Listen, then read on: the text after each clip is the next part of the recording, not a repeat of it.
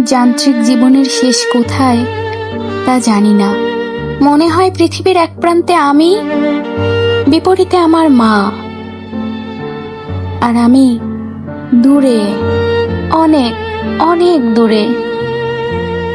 যতটা দূরে হলে ফেরা শব্দটাই কেবল বড় হয় জীবনে।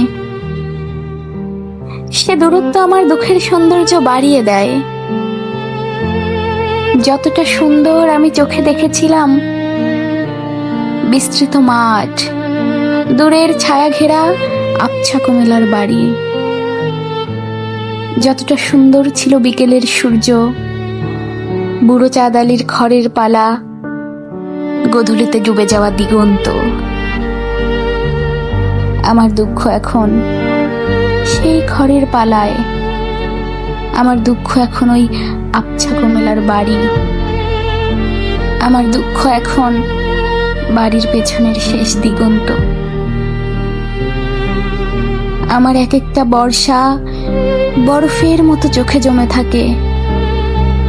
কেবল সেখানে যেতে পারলেই আমি হব এক জীবন্ত বৃষ্টি।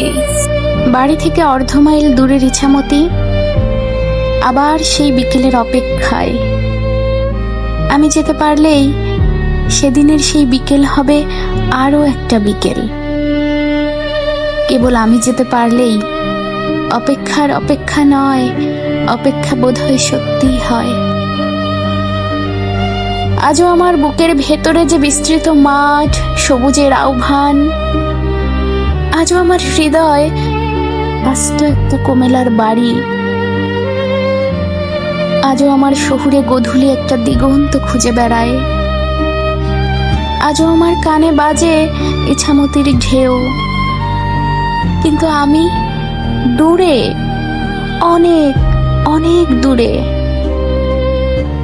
যতটা দূরে হলে ফেরা শব্দটাই কেবল বড় হয় জীবনে।